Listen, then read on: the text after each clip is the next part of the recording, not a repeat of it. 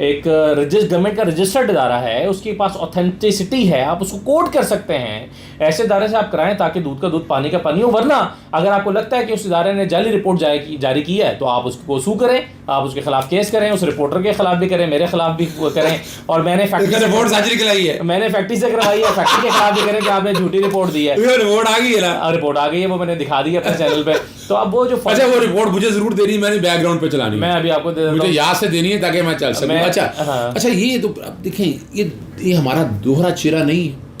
مولانا عبدالعزیز کا ایک بچے کے ساتھ واقعہ آیا, کوئی درخواست نہیں آئی, پولیس نے فوراً کارروائی کی, اور یہ سارا سو کالڈ لبرل بریگیڈ اور یہ سارے جو ہے نا پرچے, اس پہ پرچے کا کیوں نہیں کہہ رہے کو لوگ؟ اچھا ابھی بھی ویسے آپ اس میں دیکھیں ایک رعایت دے رہے ہیں ان کو, مطلب 2-3 رعایتیں دے رہے ہیں. ایک رعایت ان کو یہ دے رہے ہیں کہ جی ان کا ذاتی فعل ہے. میں نے بھی کہا ہے کہ اگر ذاتی فعل ہے تو چلیں, کوئی بندہ بند کمرے میں کسی کو کنسنٹ کے ساتھ کر رہا تھا, اس کا اور اس کے اللہ کا معاملہ ہے. نا یہاں رکنا ہے, آپ اصل یہاں رکنا ہے. میں بتاؤں ہمارے یہاں فوجداری قانون بڑا کلیئر ہے. رضامندی یا بلا رضامندی دونوں شکل میں یہ جرم قابل اندازہ پولیس ہے. یعنی یہ نہیں اجازت دی جا سکتی کہ بند کمرے کے اندر بھی آپ بیٹھ کے ریپ کریں, آپ زنا کریں, نہیں اجازت دی جا سکتی. اور کم از کم سزا 10 سال ہے. ناظرین بیک گراؤنڈ پہ میں چلا رہا ہوں تاکہ پتہ چل سکے. یہ جو بیٹھ کے نا ہمارے یہاں وہ زینب یعنی شیریں مزاری کی بیٹی آ گئی, بھئی یہ بیٹھ کے رائٹ آف پرائیویسی مان لیں, پوری دنیا میں مان لیں, رائٹ آف پرائیویسی بھی مان لیں, پر اگر آپ ریپ کرتے ہیں, زنا کرتے ہیں تو زنا جرم ہے, پوری دنیا کے اندر جرم ہے. اس کی آڑ میں آپ کر نہیں سکتے ہیں, جو مرضی آپ کر لیں. میں بات کرتا ہوں, مولانا عبدالعزیز صاحب کی باہر تھے, صحیح, وہ بھی تو پردے کے اندر جا کمرے میں بیٹھے, اگر جو میں ڈیپینڈ نہیں کر رہا. دوسرا پہلو یہ ہے نا کہ ایکسپلوئٹیشن تو نہیں آپ کر رہے کسی کی, کسی کو, یعنی آپ ایک منصب پر بیٹھے ہوئے ہیں, آپ کسی کو ایکسپلوئٹ کر رہے ہیں. جیسے مولانا عزیز صاحب ہیں, وہ بھی ایک منصب پہ بیٹھے ہوئے تھے, اسٹوڈنٹ کا رزلٹ ان کے ہاتھ میں. ہمارے بہت سارے اساتذہ اپنے اسٹوڈنٹس کے ساتھ, نہیں تو یہاں بھی ایکسپلوئٹیشن کا ایلیمنٹ آپ نے سن تو لیا. ملازموں دنوں کا جانسا, لیکن یہ ساری چیزیں میں نے اسی لیے فورنزک کروایا ہے. میں نے فورنزک کیوں کروایا؟ اگر یہ اس میں ایلیمنٹ نہ ہوتا تو میں نہیں کرواتا. میں آپ کو کیٹیگوری میں کہہ رہا ہوں, باوجود اس کے کہ آپ یہ کہہ رہے ہیں کہ کمند کمرے میں بھی وہ جرم ہے اور گناہ ہے اور جو بھی ہے, لیکن میں نہیں کرواتا اگر اس کا میں نے فورنزک نہیں کروانا تھا, اگر وہ ان کا صرف اس حد تک ہوتا. لیکن اس میں چونکہ اس ویڈیو میں نظر آ رہا ہے کہ وہ کسی کی نوکری کی بات کر رہے ہیں, اس کو جھانسا دینے کی کوشش کر رہے ہیں, تو میں نے اس کا فورنزک کروایا تاکہ پتہ چلے کہ انہوں نے یہ ٹھیک کیا یا نہیں. سارا کچھ تو سچ سامنے دکھا دیا. اور یہ دوہرا چہرہ دیکھیں, یہاں کمیٹی یا اس طرح کی بحالی عجیب و غریب بہانے بنانے کی کوشش کی جائے گی.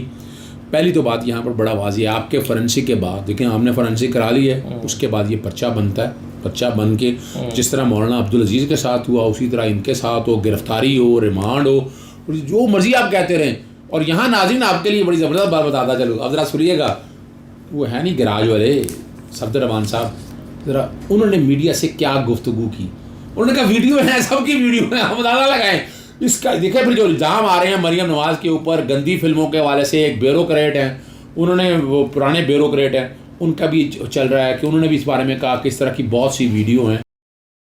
لوگ ڈرے ہوئے ہیں. بھائی نہ ڈرو, فلموں سے کچھ نہیں ہوتا.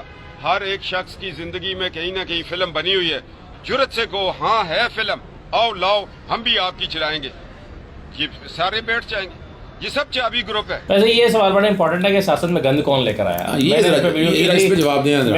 میں یہ سمجھتا ہوں کہ مریم صاحبہ اور شریف فیملی سیاست میں یہ والا گند یہ لے کر آئے. اور یہ کہاں سے شروع ہوا تھا؟ یہ بے نظیر سے شروع ہوا تھا, پنکی والے دور میں, ساحل پہ ہیلی کاپٹر سے, اور ان کے گھر کے اندر ذاتی گھر میں بیٹھی ہوئی ہیں, کچھ کپڑے کچھ کم پہنے. حالانکہ یہ غلط ہے, یہ اس طرح سے غلط ہے. ان کی کریکٹر اسیسینیشن کی, اور لیکن یہ کریکٹر اسیسینیشن نہیں, لیکن اس کے بعد پھر کیا ہوا دیکھیں نا, سیاست میں گند لے کر آئے آپ, ویڈیوز لے کر آئے. پھر آپ نے کننگ سی مسکراہٹ کے ساتھ آپ یہ کہتے ہیں میرے پاس بہت ویڈیوز ہیں, ویڈیوز کبھی دفن نہیں ہوتی, اور میرے پاس اور بھی لوگوں کی ویڈیوز ہیں. تو جب آپ اس طرح کا بار بار دہراتے رہتے ہیں اور بڑی مکارانہ مسکراہٹ کے ساتھ کہتے رہتے ہیں, تو آپ اس چیز کو ایک سبجیکٹ بنا دیتے ہیں, ایک موضوع بنا دیتے ہیں, اور اس موضوع کو پھر آپ کے مخالفین نے بھی استعمال کیا آپ کے. اچھا یہاں چونکہ ہمارا پروگرام زیادہ لمبا نہ ہو جائے, لیکن بڑا اہم ایشو سامنے آ گیا.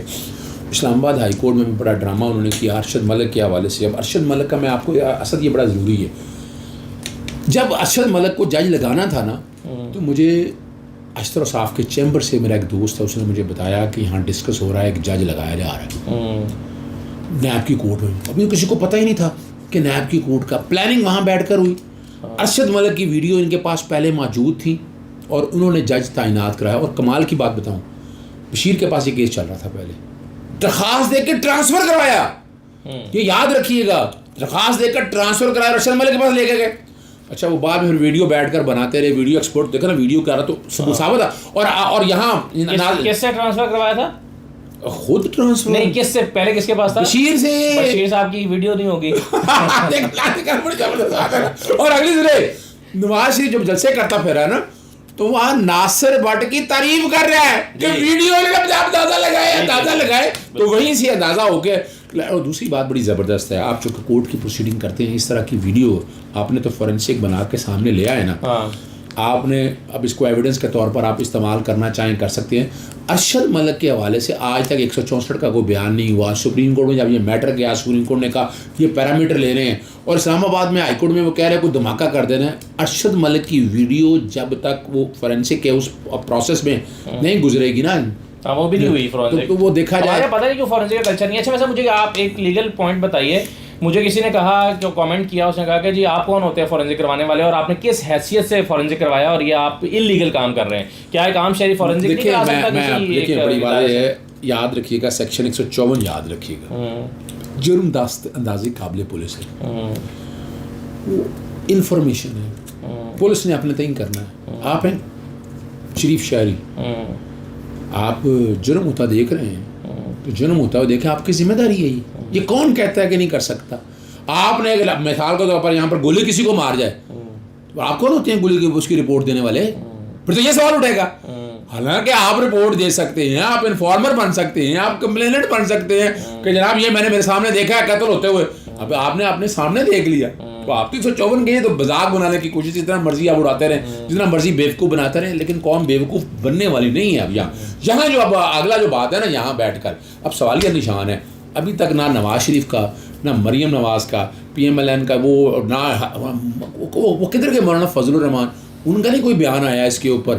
اور انہوں نے کہا کہ اس پہ آئیں پر سے کہیں ان کی تو ویڈیو شوٹنگ نہیں ہے کوئی. پتہ نہیں, مریم صاحب سے پوچھیں. اچھا بڑا زبردست کر دیا, ڈیٹا بیس ان کے پاس ہے, ڈیٹا بیس ان کے پاس ہے. وہ تو محمود اچھا کی بھی چل رہی تھی یار ایک ویڈیو. یہاں تو آپ کو پتہ ہے کہ ہمارے میں سارے ننگے ہیں. اچھا چلے لازم دیکھیں, اسد موجود ہیں, اسد نے آپ کے سامنے ساری پوزیشن بتا دی. اس کو نیگیٹو نہیں لینا آپ لوگوں نے. دیکھیں ہماری اور کسی کی لڑائی نہیں ہے, کسی کے ساتھ الزام لگاتے رہیں سیاسی جماعتوں کے حوالے سے, جو مرضی آپ کرتے رہیں. ہم سیاست میں صفائی چاہتے ہیں, ہم سیاست میں ایمانداری چاہتے ہیں, سیاست میں عبادت چاہتے ہیں. ہم یہ نہیں چاہتے یہاں کل آپ کا خیال ہے کہ عمران خان یہ کرے گا تو ہم خاموش بیٹھے ہوں گے. بالکل نہیں بیٹھے ہوں گے. یاد رکھیے گا عثمان بزدار نے جو کچھ کام کیا آپ کے سامنے پوائنٹ آؤٹ کر کے بتایا. کئی پروجیکٹ یہاں جو کچھ ہو رہا ہے, گند ہو رہا ہے, سارا کچھ ہم سامنے لے کر آئیں. آپ ٹیگ جتنا مرضی کرتے رہیں, لیکن قوم کو آنکھیں کھولنا ہوگی. جس دن آپ نے آنکھیں کھول لی نا, حالات واقعہ سب ٹھیک ہوگی. اسد کا بہت شکریہ, اور فورینسک رپورٹ بیک پہ چل رہی ہے, جرم قابل دستاندازی پولیس بھی ہے. اب دیکھتے ہیں پرچہ کب ہوتا ہے, اور مولانا عبدالعزیز کی طرح وہ سو کال جو لبرل ہے نا, جو لوگ وہ نام لینے کی ضرورت نہیں ہے, وہ سارا سامنے آتے ہیں یا نہیں آتے. اجازت چاہوں گا.